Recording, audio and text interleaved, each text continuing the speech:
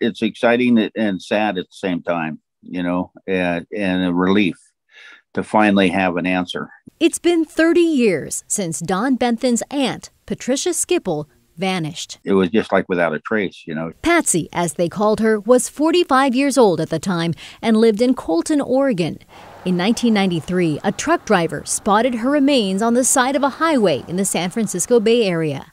But no one knew who she was. There was nothing left except bones. Patsy's older sister, Gloria White. It's just a really hard pill to swallow to know that she was laying there and also that she was unidentified for so long. Decades would pass before Patsy's name would be connected to those remains. But 13 years after the body was found, the name of her killer became clear. Keith Hunter Jesperson, a.k.a. the Happy Face Killer.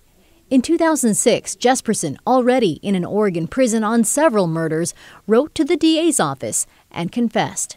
This case is really unique because it's not often that you have a conviction for murder without knowing who the victim is. Sergeant Shannon Catalano is assigned to the Santa Clara County Sheriff's Cold Case Unit. She is the latest in a long line of investigators who tried tirelessly to name this Jane Doe.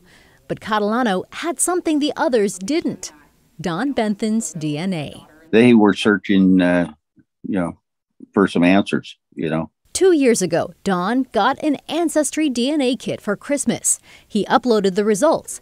The first ping he got came from Sergeant Catalano's team. They asked if he'd be willing to post the results on GEDmatch, a national DNA database where investigators could access it. They didn't tell me why, so I was a little bit hesitant about doing it.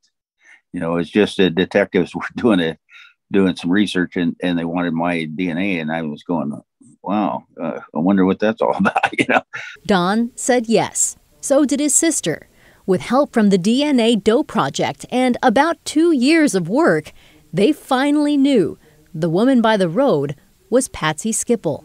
Last week, Sergeant Catalano flew to Oregon to tell her family. It was a relief in one way, but really emotional otherwise, because she's my sister. It was very moving to be able to meet with them and give them those answers that they deserve. And there's many more John and Jane Does who deserve to get their name back. And they all worked hard to find the answer, and never gave up. That's the biggest thing about it, is they never gave up,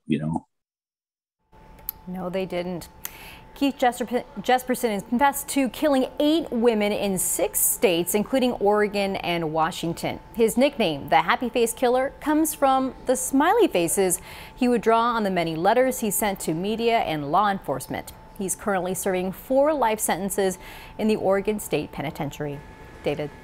The power of forensics and a family there who refused to forget. Catherine, incredible story there. Thank you.